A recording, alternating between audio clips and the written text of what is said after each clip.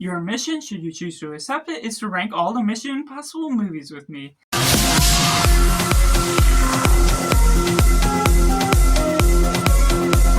Hello and welcome to Cinema, where we focus on a film. I'm Josh, this is Simply Cinema. Let me know down in the comments below how you would rank the Mission Impossible movies from your least favorite to your favorite, and let me know all your thoughts on what you think of the franchise as a complete package. We all have different takes, so be respectful in the comments below. What we're just sharing of our vast different opinions. This will just be my favorites list, not the objective standard, but going in last place, we have Mission Impossible 2, certainly the least favorable of the franchise. Many people will often put it at the end of their list because of the mismanagement of all the plot design, certain things where there's a forced romance that's just thrown in there. You're not necessarily following along with all that flows on throughout. There's certain neat gadgets and watchable elements to the film as a whole, especially leading into the last act. There's a fun motorcycle chase, certain aspects of different chases running on foot throughout that has the iconic cliff climb at the beginning of the film just as well. That can be neat to see on film. Ethan Hunt just being a favorable character still in some respect, but that also leads in some certain aspects where even though you have favorable action, there's certain aspects that still certainly doesn't live up to today, though there is some parts here and there throughout what we're getting with the espionage thriller that gravitates to certain aspects. John Woo is an interesting director for this, where he has a good style to his camera work and certain things where you're doing that, but there's certainly some cheese to the elements, what you're taking about.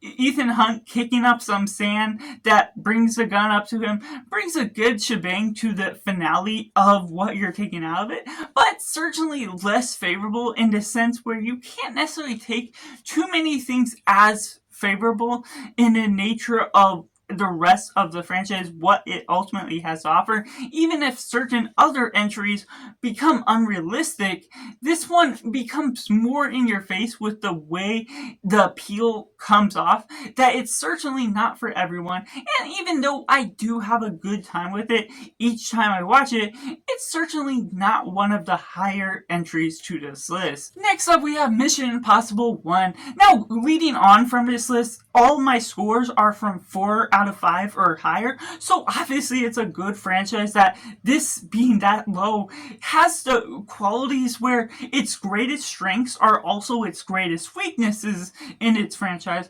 because Mission Impossible 1 is where they get the ball running. There's certain things that are very grounded. There's mechanics to the storyline that aren't necessarily the most thrilling. It isn't the most espionage with its thrills or going about the greatest stunts. Now, there is still some strong and powerful scenes that Brian De Palma, as a director, brings about some great things, with Tom Cruise still pulling off some great stunts, the hanging from that robbery scene that brings about such a great White Room atmosphere, all the mechanics to understanding where this franchise will go forward on from here. It starts off so many great mechanics to what you're expecting out of this film as a whole. The ideas behind all the spy gadgets, certain technology that takes them to different places, different action on foot scenes that really brings about some great chase sequences, stealing stuff, doing all these different things. You're not introduced to a whole team yet, but different aspects where we're getting Luther, and also the confrontation with the CIA, the idea behind John Voight as the villain. Now it leads into a third act that can lead into that sort of cheesy moment that you sort of get from the early 90s of some action films, but still takes itself a lot more seriously in one respect compared to what we got from the latter film on this list, that manages to really bring about a great plot, some great writing, some expertly crafted thrills that really brings about a silence to the moments that really mean something to what you're expecting out of the scenes, that that when the stunts come in, when Ethan Hunt is dangling from the wire in the room that's tripped up by so many different sensors, it's something that you're gripped into all the nature, even despite its simplicity, holding it down from all of the other films that do a lot more. Next, we got Mission Impossible 3. Now, this is certainly intriguing one, bringing about one of the greatest villains of this franchise. Philip Seymour Hoffman is just great with his performance, just giving about this great monologue within the threat that he ultimately brings to killing his wife, that being the introduction to this film that later plays out in full later on, that goes about with so many twists and turns throughout the way, bringing about so many different stunts that feels like it's finally having a ground to what it's taking this franchise to another level.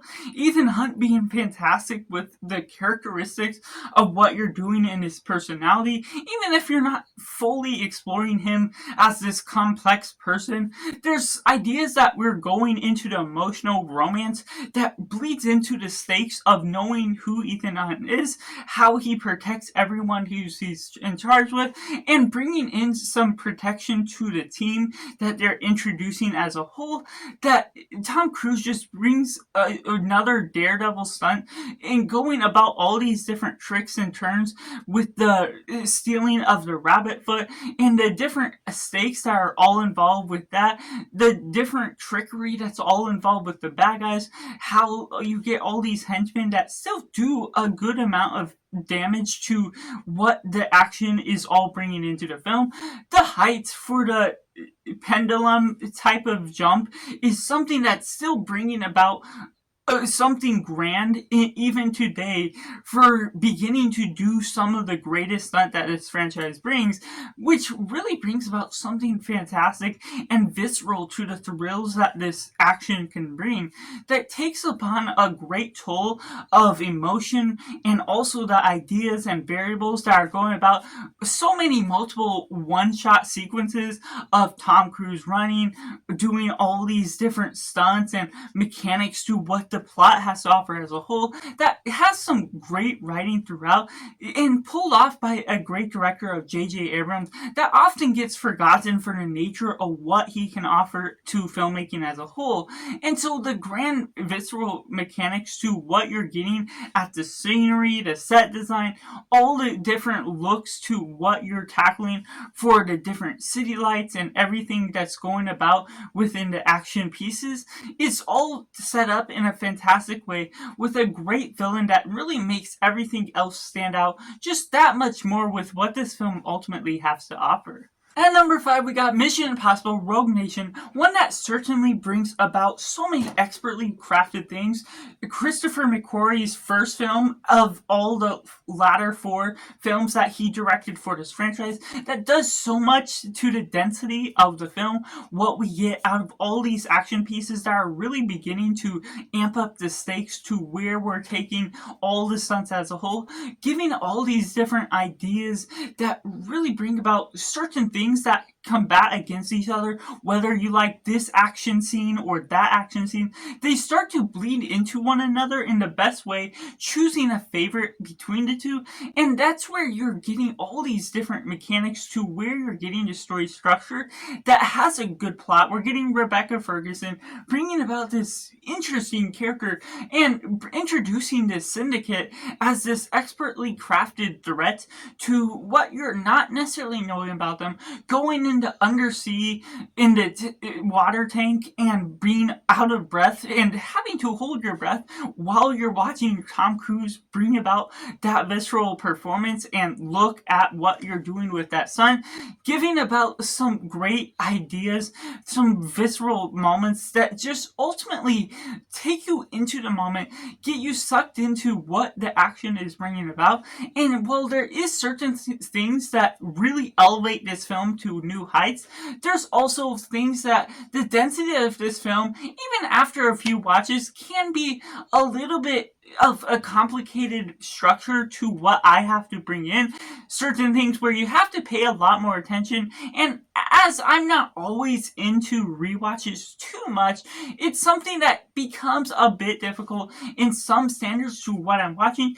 It's still way high up there, of course, for what I'm enjoying. There's so many expertly crafted pieces to what they're doing with the structure, to how they're making Tom Cruise go through all these different stunts, whether it's all the dive or everything that's going about with the different sensors of how they have to steal things, sneak into different buildings in order to get from one place to the next, to steal different codes and everything that really brings them and advances the plot from this point going forward. But ultimately, it still contains itself in a well-written manner to what we're asking of the script and what we're receiving from the stunts that Christopher McQuarrie really delivers on all the directing that surely follows all these great action scenes, this great car chase that really takes you on a wild ride that really doesn't necessarily stop too much to let you hold your breath. Next up, Mission Impossible Ghost Protocol, the one that we're really starting to bring the film together, bring the team, and do all these different teamwork mechanics that shows the chemistry between all these different characters, that really builds upon elements that really takes things to another level, makes you more intrigued by the characters and not only the plot, that really elevates certain aspects that we're especially getting out of the Burj Khalifa scene, climbing the side of that tall building, becoming one of my favorite stunts of the franchise as a whole, doing so much to the intensity and just letting you hold your breath, thinking he would fall each and every time you watch it, still becoming the more rewatchable of the franchise because of the management of all those technicalities, of all the dangerous stunts that are involved with what they have to pull off, losing the magnetic gloves that holds on to the glass that he's climbing the building, and having to swing across that. You forget small pieces where the scenes last longer than you remember them to be, bringing about just that much more to what the spy espionage has to bring, giving all these different side quests for where we're taking things, and these different mechanics to the teams that are all actively working within the film as a whole, and taking different things to new heights, not only with the stunts, the action that we're driving in with, and doing all these different chases on foot, on different fights. What we're getting out of Brad Bird as a director is something I wouldn't expected, because he's primarily an animation director, or at least started as, because he's done Incredibles first and second, as well as The Iron Giant, which are animation films. This one, as his first live action film, is something that draws me into something I see within his action and animation, but seeing it on screen and being able to navigate what the through line is from beginning to end, and being able to see all these different things. Yes, there's a few different lulls that are really placed in here and there throughout, but taking on this Ghost Protocol idea that Ethan Hunt is going completely off grid, even though everyone's against him, he's on the run. There's him and his team, and also the introduction to Jeremy Renner, the bond between all of them, the chemistry that you build between all the through lines to the characters, building up the team as a whole, is something where you get the partnership that does the most within this film, more than what we get out of some of the others, doing so much to the ideas that we're leading onto. And while it leads into one of the kind of least climactic films of what we're getting out of the third act, the ultimate stopping the nuclear bomb, it's still something that the payoff of everything that it's built up to rewards you with so many stakes and so many different new reveals because of the standards that this film initially sets, and bringing in the emotional tie of the love interest, the romance, his wife, that all bleeds on to things we're answering, and the emotional ties we're bringing into paying respects to what came before, and doing so much to pay off with so many good standards. Going on to my top three, we have Mission Impossible Dead Reckoning, one that really isn't as favorable to some, but the visceral stakes that this one takes a toll on is done so emotionally well, to the way they craft all these different mechanics to all this stuff, tons. From the bike jump to the train chase to everything you're getting with all the car chases, all the different deceptions and lies that are going throughout, the mask and lack of trust between certain aspects of the characters. You're getting all these different team members that are playing a big part, and there's a big exposition dump in some that many people will complain about, but for me it's the most intriguing aspect of what we're getting out of the ideas of the entity. This great villain such as Gabriel that pulls me in, really brings me and draws all the attention to what we're asking out of the story as a whole. While it feels like there's a lull in some marks, there's certain rewards here and there that really all makes up for it, that despite being one of the longest films in the franchise outside of the newer one, we're getting some mechanics that really draws me into the plot, the espionage, the chases, getting all the emotions of character deaths, other things that draws stakes to a new turn, getting some new ideas that Ethan Hunt has emotional attachments, and that's where you're bleeding on from the connection that you built from Ethan Hunt as a character before, knowing he protects his team at all costs, going to all sorts of new locations, all sorts of new chases, and fights that really show some great stunt choreography that goes in new natures of ways of pulling off all these different spy gadgets and different things, and leading onto the bike jump from the mountain is something big and huge in the nature of the general idea that it's so daring and actually real to be done on set. That leads on to a great third act, even with the plane chase, all leading on to just what we're getting out of the two key halves that lead onto this big thing of what we're getting from the submarine, leading on to its part 2. But the mechanics to what we're offering in this film as a whole is something that still draws me in because of everything. And there's certain acts of what we're getting out of the chain chase that unfortunately can have its flaws. Certain things where when the train cars keep falling and they keep climbing up and saving themselves, it feels a little bit too far stretched,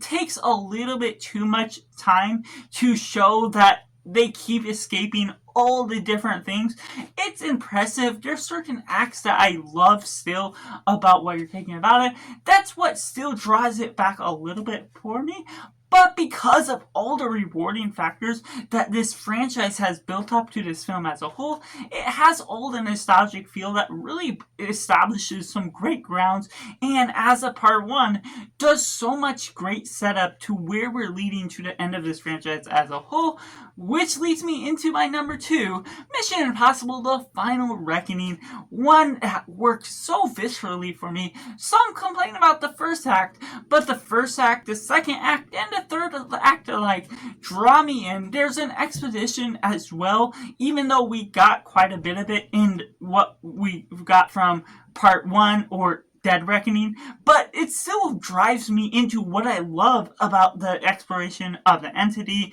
the different ideas, the emotional rides between different connections to other characters. I wish there was a little bit more payoff or characters that don't necessarily make it to this franchise, but that's a small mix element that I ultimately have to sacrifice in the enjoyment that I ultimately had with this. It doesn't quite feel as messy as some make it out to be. There's aspects that really draw it forward with the ways they build up to the action that's going on to the submarine scene, that's going on to the plane fight, that's going to different action scenes throughout, that while there's multiple lulls throughout that do lead on to the different in-between moments, that's expected for all the dialogue that really draws in a force to what makes sense, bringing the stakes to the highest with a nuclear blast where the entity could take control of everything by the hundreds of milliseconds. That, of course, is far stretched to how they ultimately pay it off, but still drives in the phone home for where I'm ultimately loving what they're paying respect to this franchise as a whole. And even though I can honestly admit that this film doesn't work well as a sequel in one respect to not being able to work without not only part one, but the whole franchise, you have to play on multiple flashbacks throughout that does pay in the emotional homage, the nostalgic feel that connects you to all the movies as a whole, that makes a great franchise closer, but that also in the same vein doesn't sacrifice the fact that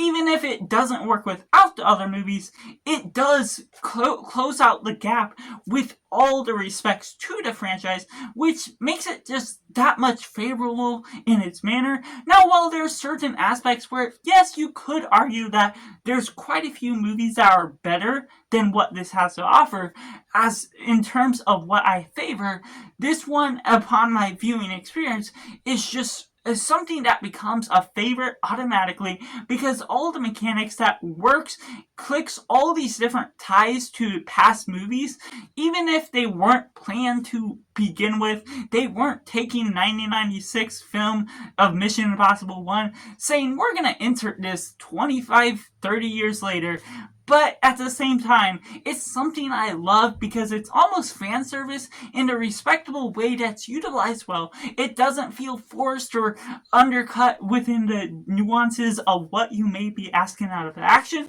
It delivers on all the action that you expect from this franchise, doing it to grand schemes. And while there's two grand sequences within the second and third act, the submarine and the plane chase, there's multiple ones throughout that are smaller or more contained that still defend themselves and compete against what those two have to offer, making you hold your breath, making you sweaty to everything that is ultimately offered within this film, making the 3-hour duration more rewarding, even if you have to have more dialogue. Which takes me into my number one pick, Mission Impossible Fallout. Christopher McQuarrie still delivers fantastically as my favorite director of this franchise, obviously directing the latter half of what we got of these movies, doing so much within this one, from the skydiving to the jump to the espionage to just the MacGuffins that are going on throughout.